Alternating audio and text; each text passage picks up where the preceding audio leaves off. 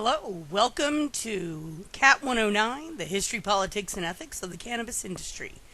Today we're going to look at the four horsemen that demonize cannabis.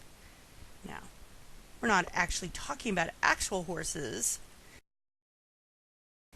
This is more metaphorical. So if you know anything about religion, you'll know the four horsemen of the apocalypse tells us the world is ending. Well, the four horsemen that demonize cannabis have been the alcohol, beer, and wine industry, pharmaceutical companies, tobacco companies, and then private prisons and prison guard unions.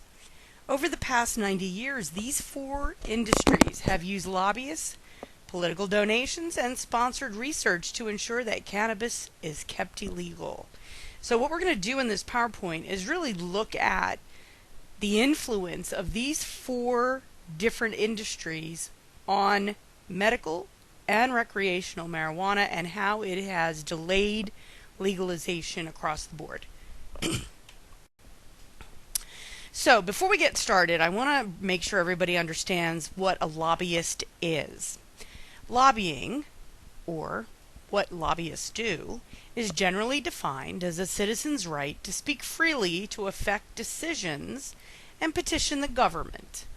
We see it as a crucial right and an important part of the legislative process. This right also created the lobbyist industry, whose numbers have increased dramatically over the years. So if you or I go to Washington, D.C., we can theoretically make an appointment with our congressman or woman and meet with them and talk about legislation that we are interested in. In Washington, you also have a lot of these organizations, special interests, that have direct meetings with the various senators and congresspeople to try and impact legislation. These folks also come with a lot of money behind them in political donations. So there is this subversive idea of a quid pro quo, where the government representative decides to help out a particular industry, and as such they go to bat for the legislation with the understanding down the road that there will be a nice hefty political donation, because the only way a person can keep power is by staying in power. So, in a sense, it's legalized bribery in a sense, but we've created this situation in this country with various Supreme Court decisions, so we have what we have. Now, lobbyists are people who are being paid to try and influence legislation on behalf of a special interest. And these are some of the larger special interests: the NRA, the National Rifle Association, AARP, the American Association of Retired Persons, one of the largest lobbying groups for additional rights and benefits for senior citizens. They're also the folks who will make sure that Social Security will always be around and that seniors get a certain level of health care. The American Medical Association, the U.S. Chamber of Commerce, ExxonMobil, the entire petroleum industry. Verizon has their own lobbyists, and the pharmaceutical industry has their own lobbyists. So as you can see, lobbyists have a lot of influence in our legislation that comes out of the federal government and local government. So corporations and professional associations spend increasing amounts of money on teams of lobbyists that are located in Washington-based offices. So the vast majority of these folks are in Washington, D.C., and these expensive lobbyists tend to always be on this street called K Street, which is where these big firms are, and they will work with these companies to try and improve legislative action on large and complex trade and business deals. In recent years, it has become traditional for important members of Congress to join lobbying firms after they leave office. So, for example, former House Majority Leader Eric Cantor, who was a Republican from Virginia, failed to be reelected and subsequently joined Moelis and Company as a lobbyist. Former Senator Mark Pryor, who's a Democrat from Arkansas, And former Senator Mike Johans, a Republican from Nebraska, are now both lobbying, one for Venable and the other for Deere and Company.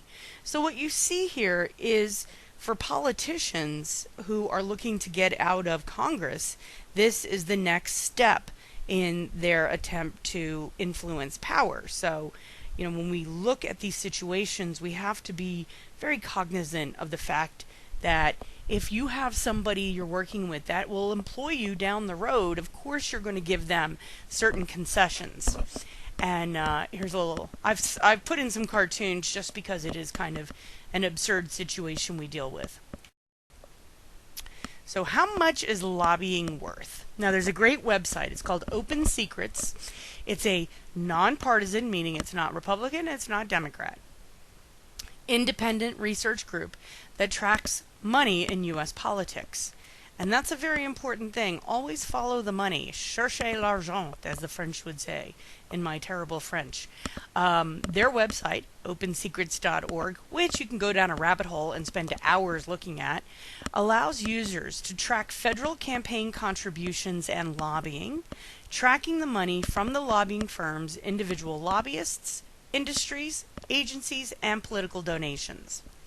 It is estimated that overall industry spent $3.5 billion on lobbying activities in 2018. The lobbying group for pharmaceutical industry spent about $27.5 million on lobbying activities in 2018, according to their federal filing. So, large industries that engage in lobbying have to file government documents. However, what they file and what Open Secrets found, completely different. Because according to Open Secrets, individual companies within the pharmaceutical and health products sector spent almost $200 million. So like 900% more than the $27 million on lobbying as of October 24th, 2018. So that's not even the whole year. Over and above the amount disclosed by the pharmaceutical industry in their federal filings. So this Open Secrets website is a really good one, and it's pretty trusted, and I would definitely review your own Congress people to see who they're in bed with legislatively, so to speak. So let's talk about prisons, tobacco, and booze. Lobbying expenditures. Alcohol, beer, and wine industry spent about $30 million. Tobacco industry spent just over $23 million. And that's down significantly, because once the tobacco industry was found out to be lying to the public about their research, they found that tobacco kills you. They've really been limited in this country, whereas in South America and in the Middle East, parts of Western or Eastern Russia, that's where they've really moved in and trying to sell their product. And then the private prison sector spent just under $4 million in 2018. These are federal numbers. We're not talking about state numbers. State numbers, especially for the private prison sector, is a much different, higher number. Over here on the right-hand side, you'll see a cartoon. There's a guy who is a person running for office, and there's a guy standing behind him with a shirt that says Correction Corporation of America, which is one of the largest private prison companies. And it's clear that he is feeding the future politician all of the lines that they want spread, the information they want out there. So the four groups combined, including the pharmaceutical side, combined spent approximately $250 million to convince politicians to vote a certain way. So when you show up with your erstwhile desire to change the world, you're not bringing a lot of money with you, so you can see why lobbying is a very controversial idea. So let's talk about beer, wine, and alcohol. Alcohol, as we know, is legal in all 50 states, and it is responsible for approximately 88,000 deaths every year. So we know that alcohol is a killer. Recent research results indicate that legalizing marijuana for medicinal purposes leads to a decrease in alcohol sales by approximately 12%. So, that would make anyone who's selling alcohol very nervous because that's a lot of money. Another study conducted by the state of Colorado's tax office found that alcohol sales have actually steadily grown ever since the state legalized recreational marijuana in 2012. And, and part of that is because of tourism. Weed tourism or cannabis tourism is big money. And in the U.S., Colorado was one of the few states that had recreational marijuana for the first couple of years. So, of course, anyone who wanted to experience that would take the plane to Denver or Colorado Springs and experience it. 71 million tourists flocked to the state in 2014, the first year weed was legal, spending a collective $18.5 billion. So clearly, Colorado's experience is different. Colorado's beautiful. You can go skiing. You can go rock climbing. There's all kinds of stuff to do out there. So it's a great place for tourists, whereas you might not see that kind of improved alcohol sales in a state where there's not a lot of tourist activity. For example, Kansas. So who gets this money for the beer, wine, and alcohol? And here are the top 10. And again, this all comes from Open Secrets. So the politicians who receive the most donations from the alcohol industry are split evenly between Democrats and Republicans. And it's important to see where the money goes because this dictates what the party is going to believe and run on. So, legal, alcohol, split evenly, 5-5. But what you look here is 3 are from California, big tourism. 2 are from Florida, big tourism. 2 are from Texas, big tourist state. And 2 are from New York, one of the biggest of all our tourism states. So these states have not only very large populations with very high tax revenues, they also have a lot of clout in the House and Senate, and all 4 states have very high tourism. So when we look at these folks who are in office, somebody like Mike Thompson from California, Kevin McCarthy, Dianne Feinstein, they're getting a lot of money from the beer, wine, and alcohol folks. And it doesn't necessarily mean that they're going to be completely against marijuana legislation, but if the alcohol industry lobbyists indicate that they really don't want to see recreational marijuana in a state, they're probably going to work something out for them. I mean, it's just realism. Whatever fantasy world we want to live in, that our politicians are all honest, you should be disabused of that notion because it's just not true. Let's look at tobacco money. So you're going to see here lots and lots of Republicans, only 2 Democrats. 8 out of the 10 are Republicans, but look at the 2 Democrats. Where are they from? Virginia. One of the big crops in Virginia is tobacco. So, of course, Tim Kaine and Mark Warner are going to be working on legislation with the tobacco industry because they don't want them to leave because that takes jobs away from their constituents. Prison money. Bum, bum, bum. So, again, what you're going to see here is that a lot of these prison money recipients are Republicans, 9 out of the 10. And what you see are Republicans tend to be more of the hard-on crime, war on drugs kind of things. So let's just look at, for a moment, the Democrat, Henry Cuellar. He is from Texas, a state that leads the U.S. in the death penalty execution. So his connection with prison system is pretty evident. Texas loves their prisons, and they love to put people to death. No offense to Texans anywhere, but they do have the highest rate. So, consequently, of course, this is going to be an important way to get money. And look at the rest of the Republicans.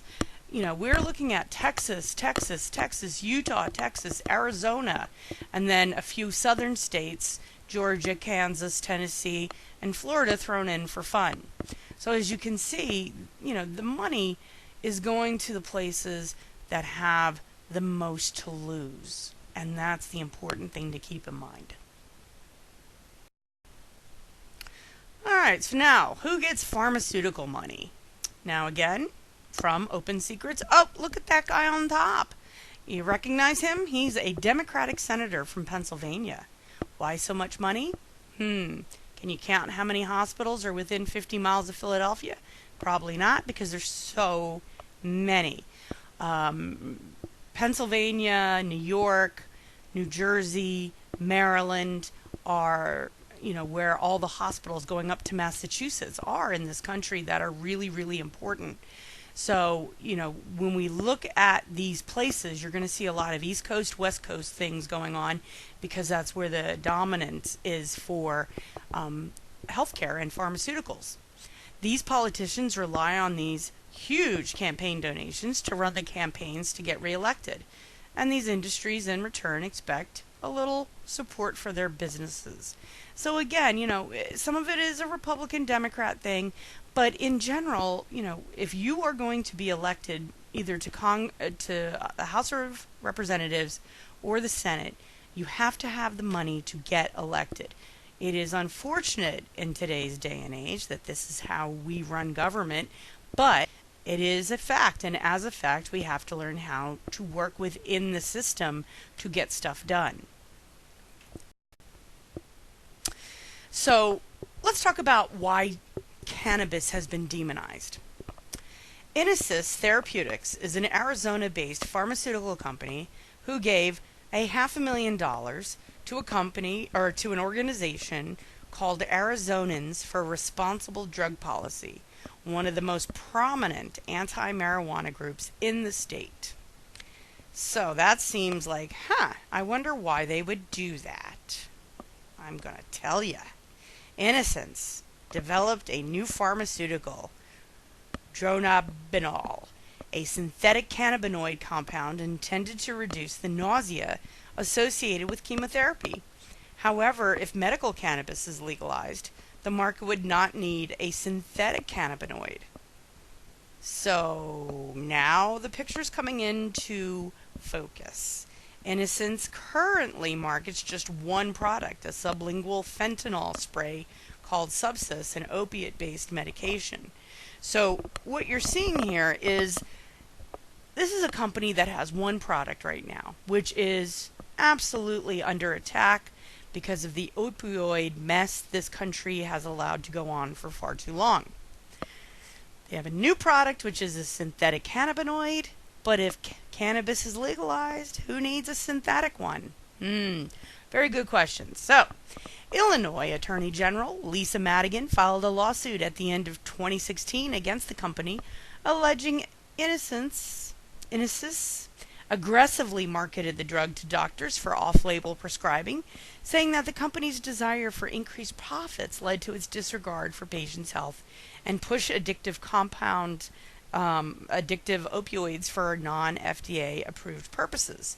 So not only are they donating to anti-cannabis movements, they're also being sued by states for their aggressive marketing of opioids, which you're going to talk about next week in a lot more detail. But, so you can see, why do they demonize cannabis? Because they won't make money if cannabis is legalized. That's what it comes down to. So, does cannabis have a lobbyist? Well, heck yeah. There is some major money to be made in cannabis, as you can see from the lobbying expenses on the right. Look at those numbers.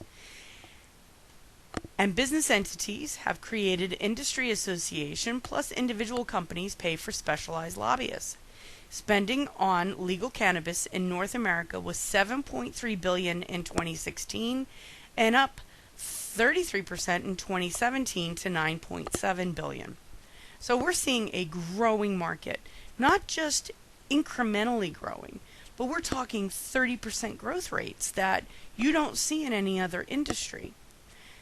Experts expect adult recreational marijuana use will be at $7.7 billion in 2019 and $14.9 billion by 2021. So we're looking at doubling the revenues from recreational marijuana in just 2 years. That is just amazing. So if you look over here on the right, some of these names might be vaguely familiar. So for example, Weed Maps is a big distributor of information about weed. Curaleaf is the big company in New Jersey. And obviously you'll see some of the big ones like National Cannabis Industry is a collection of companies. So now that we've talked about lobbyists, let's also talk about some political donations, because political donations have become integral to American politics. Without proper financial support, a candidate can't compete. There are 3 types of political donations. First, we have our Political Action Committee. This is a political committee that raises or spends more than $1,000 to influence the outcome of a federal election in a calendar year and is thus required to register with the Federal Election Commission. A PAC may accept a contribution of up to $5,000 per year from any individual. So you'll see like parents opposed to pot, those kind of things, small groups. A super PAC is like a PAC, but it may accept unlimited contributions from any non-foreign source, including union and corporate treasury funds. That's important because, and when we get to the end of this PowerPoint and we talk about prison guards, you'll see that unions have been using their member dues to influence public policy about prisons. So these unions are able to now donate a lot of money without any regard to how it may appear. It may spend unlimited amounts to influence the outcome of federal election through independent expenditures. However, it may not contribute directly to a candidate, and it may not coordinate with a candidate in making its expenditures. So, over here on the right is in the governor's race in 2018 in California. You had Democrat Gavin Newsom, and he was running against Antonio Villaraigosa and John Chang. This is how much money was donated by the cannabis industry to the 3 candidates. Can you tell who got the most? Yeah. Gavin Newsom, who ended up winning and is now governor of California, got over $300,000 from super PACs. So the idea here is that a super PAC has the option of using that union money, which is way different than you and me opening our pockets and giving $25 to our candidate of choice. The third kind is called dark money donations, and this money comes from politically active nonprofit organizations, sometimes referred to as issue advocacy groups. They can accept unlimited contributions from any source and are not required to publicly disclose their donors.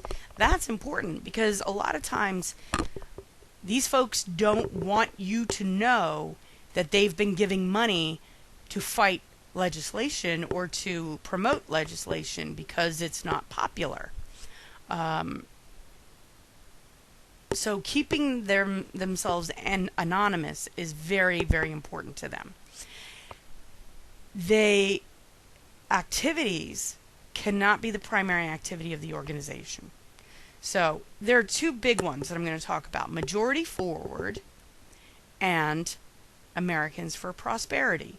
Both a nonprofit, both have mission statements about moving forward or moving to conserving the old ways, whatever. So the top one you'll see, or the top advertisement about Joni Ernst, is from Majority Forward, and they tend to be on the more liberal or democratic side, and basically aligning this candidate with the Koch brothers, who are very unpopular in the country for their views. Then below that, you have the lie of the year is hurting your family. Tell Representative Rayholt to stop Obamacare. And this is from Americans for Prosperity. So even though pretty much all they do is promote an idea, that's not their main business. So they're allowed to spend all this money on election ads that are not directly coordinated with the candidate. If they coordinate directly with the candidate, then they get in big trouble. Such organizations can receive unlimited donations from corporations, individuals, and unions. In this way, their donors can spend funds to influence elections without voters knowing where the money came from. So, in a sense, what you're doing is you're creating a middle organization that launders money for candidates. So, for example, pharmaceutical industry donation goes to a 501c4. This 501c4 group then donates that money to a political candidate, and the political candidate, while they may say they don't know where they get the money from, they do. It's obvious. And then this allows that candidate to say they didn't get it directly, and the industry saying they didn't give it directly. That interior group, that 501c4, is what we really see as the laundry service, so to speak. During the 2012 election campaign, 501c4 social welfare organizations and 501c6 trade associations spent more than $310 million in the election, of which $80 million alone came from the Koch brothers. If you don't know who the Koch brothers are, they're an interesting duo. They are libertarians, which side more aligned with Republicans than Democrats. But there's lots of really interesting information about how they sway political things. They're not big fans of Donald Trump, so they've been quiet for the last couple of years since he got elected. But they did their best to try and prevent his election. Keeping in mind all of this, what comes down to it is dark money circumvents the reporting laws associated with political donations from individuals. So instead of giving it directly to a candidate, you are giving it to a nonprofit organization that will then give it to the candidate. And your $25 is clearly dwarfed by the $80 million that incredibly rich people in this country can provide. So who else is fighting this legalization thing? And really, you've got to talk about, not just the four horsemen that I have alluded to, but there's a lot of money in politics that we don't really pay attention to. And one of the big money donors is Sheldon Adelson. He's a billionaire and casino tycoon who has given millions of dollars to fight marijuana legalization. Adelson has also contributed $500,000 to fight marijuana legalization in Arizona and $2 million to fight marijuana legalization in Nevada. And that's Sheldon over there on the right. He is someone who you probably would dislike after about 3 seconds of listening to him talk. Mason Tiver, Director of Communications for the pro-legalization group Marijuana Policy Project, was interviewed by the Washington Post, and he stated, "If you like drinking alcohol and playing blackjack at the casino, Mr. Adelson wants you to be his guest.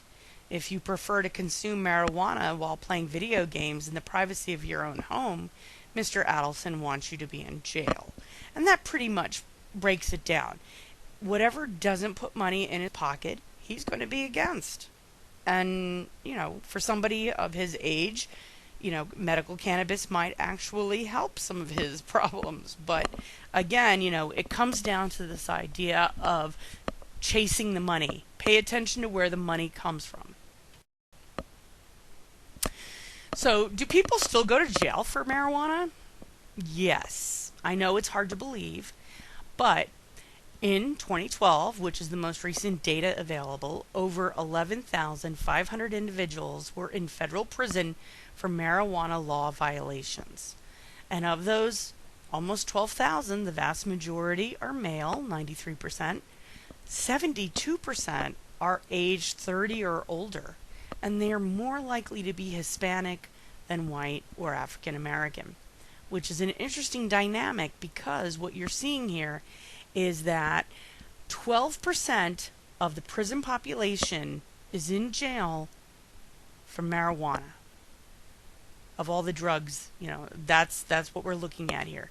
So, it really does stun you when you realize that in other states that have much more harsh rules, there are people in prison for doing what people who have a medical card in another state can do in their own backyard.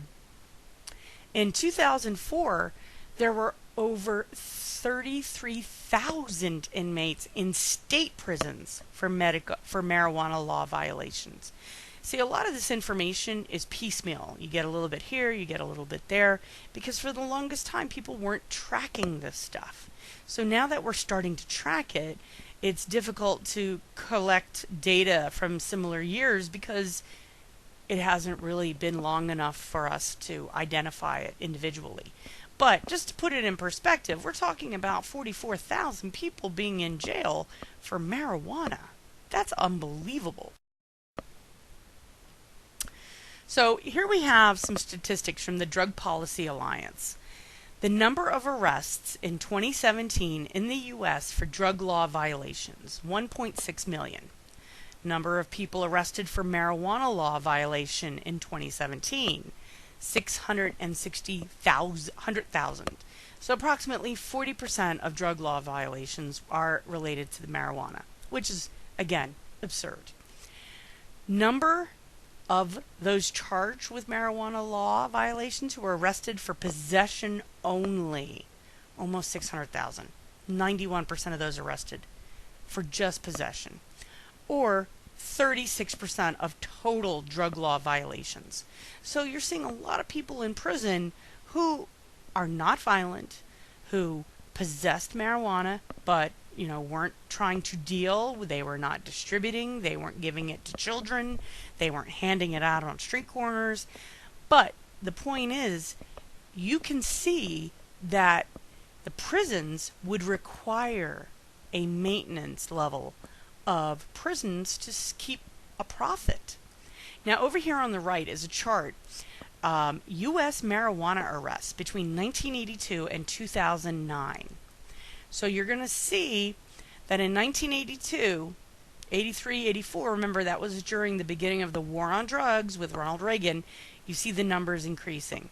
1991, George H.W. Bush declares war on drugs, and we are off to the races.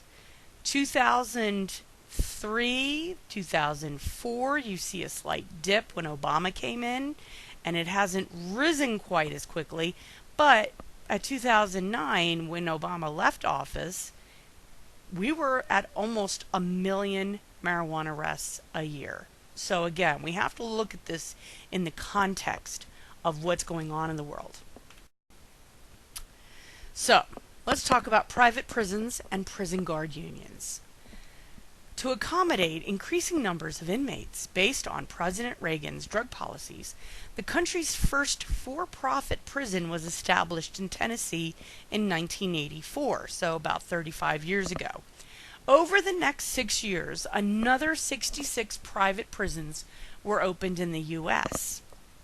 Private prisons have grown at a disproportionate rate, with an astounding 1,600% increase in their inmate populations from 1990 to 2005. In order to survive in the business, there needs to be a steady stream of consumers, or in this case, inmates.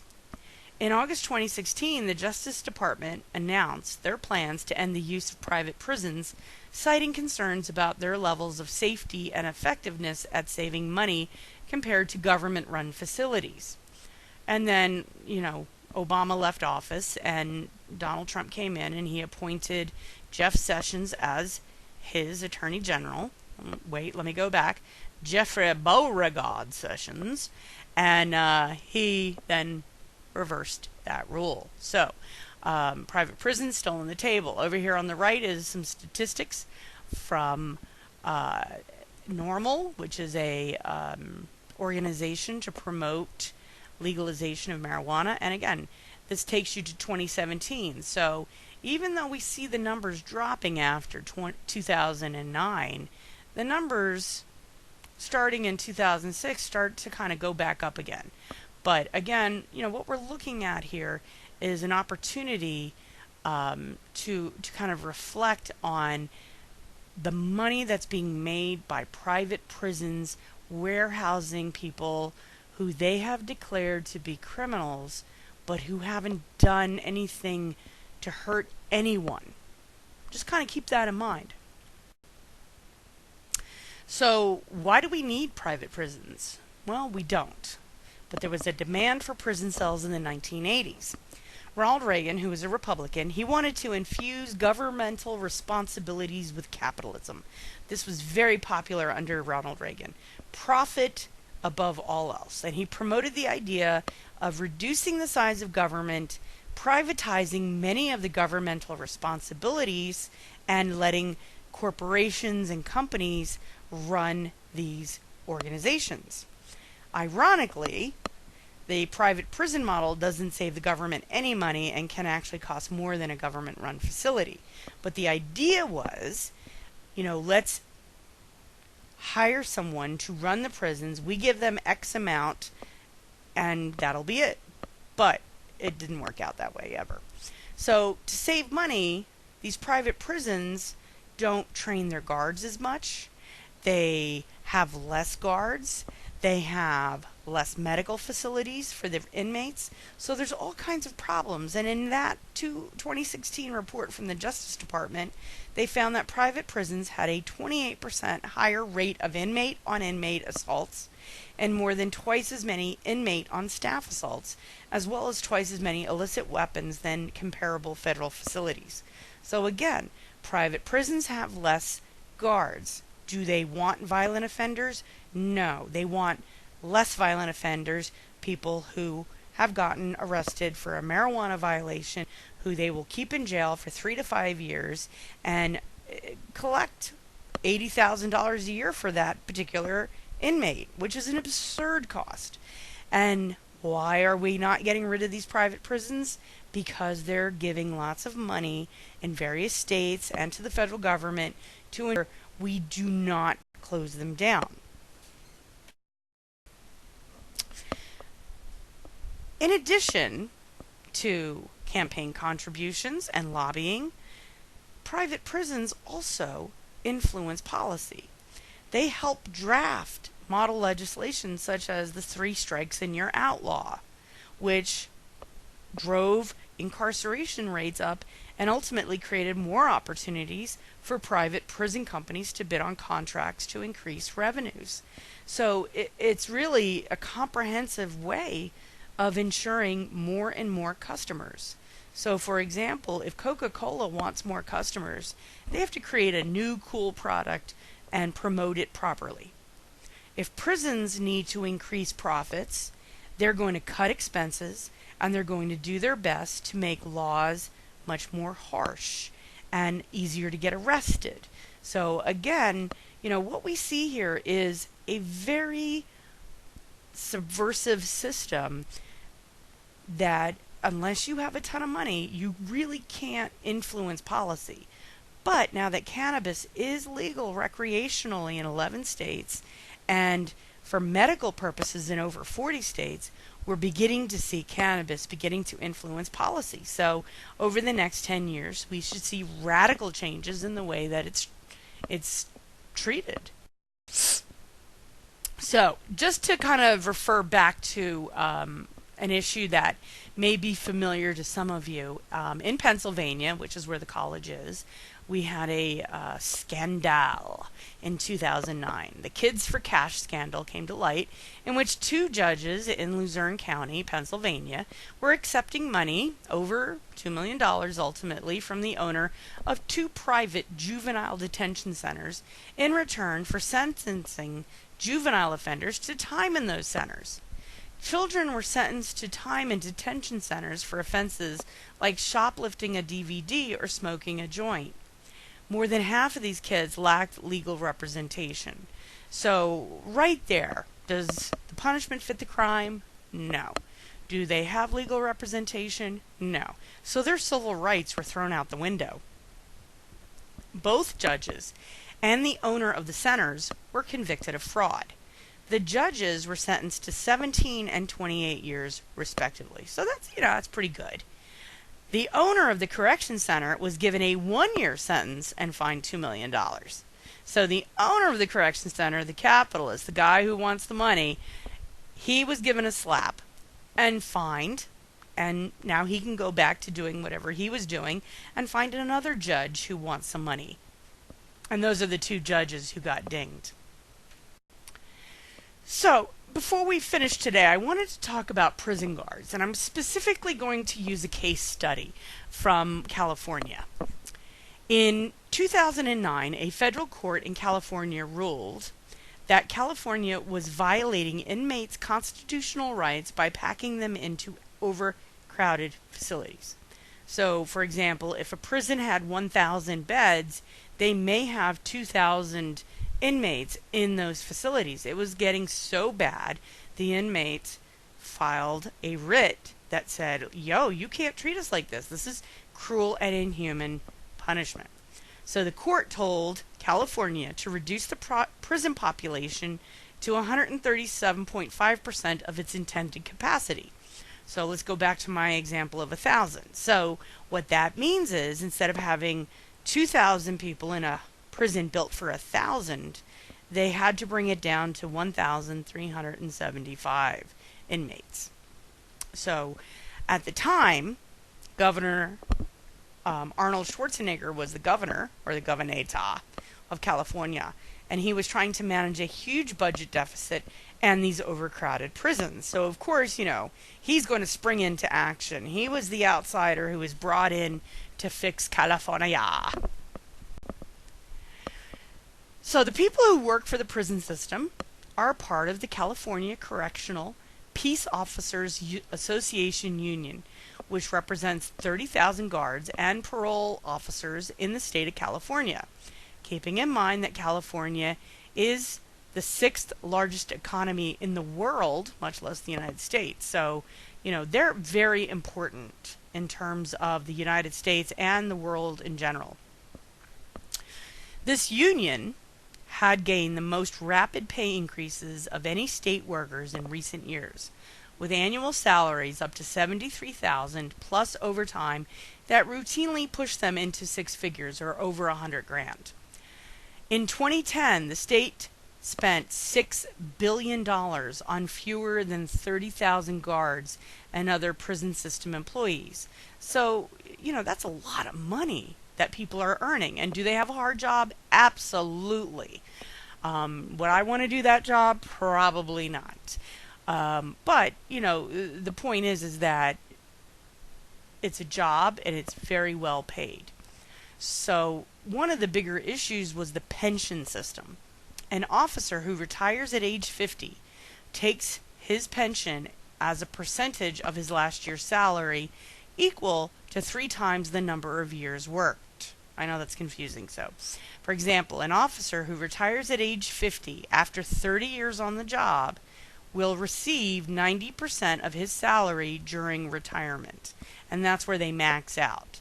So if he's making $75,000 and he's going to then take home 90% of his salary after he retires at age 50, that's $68,000 or so. That's a lot of money. So, you don't see that in any other industries. For contrast, teachers in California receive a pension calculated as 2.5% of their salaries per year of employment at age 63. So, the prison system, you can retire at 50. Teachers have to retire at 63. 90% of his salary versus the 2.5% for each year they've been teaching. So if a teacher taught for 30 years and had 2.5%, that's going to be about 65% of their salary. So you can see that a prison officer is going to make a lot more money retirement-wise than an instructor or a teacher who works for the same amount of time. Schwarzenegger attempted to institute pension reform in the prison guard union. He also attempted to lay off or reduce the salaries of guards who took him to court and won the right to keep their salaries in place and to avoid layoffs. This demonstration of their political power sent a message to the governor and the state of California. And, ultimately, the CCPOA has played a significant role in advocating pro-incarceration policies and opposing pro-rehabilitative policies in California. Because interestingly, in the 60s and 70s, California had a model prison system with one of the lowest recidivism rates in the country. Recidivism means people who come back to prison after they've been let out. The union also stopped Governor Schwarzenegger's plan to reduce the prison population by as much as 20,000, mainly through a program that diverted parole violators into rehab efforts, including drug programs, halfway houses, and home detention. So, really what he discovered at that point was, oh man, these people are really powerful. And how do they have so much power? Because, and this is where it gets fun, you need more guards when you have a higher prison population. So, look over here to the left, on the right, if that makes sense. California Correctional Peace Officers Association memberships from 1978 to 2001. Look, 1980, when Ronald Reagan took office, you will see a straight line going north because they've had continued membership increases. California prison population over around the same amount of time, you see it. So the more prisoners you have, the more guards you need. The more guards you have, the more union members you have paying dues that will allow you to influence policy. So this little combination here is why there are so many issues with the prison guard unions. So here's a kind of a visual to give you a sense. So we have, and we're going to start up at 12 o'clock. Harsher sentences lead to higher incarceration rates, which leads to more dues-paying union members for the correctional members, which means more money to spend on lobbyists and political campaigns, which gives them more political influence to allow for harsher sentences. So it's the cycle of, how to keep a organization profitable on the backs of people who are not violent criminals. So, I have lots of works cited this week, 2 pages. If you have any questions, please feel free to send me a email or text message. If you are not in my class but do have a question, please feel free to leave a comment and I will get back to you. Thank you very much and have a fantastic day.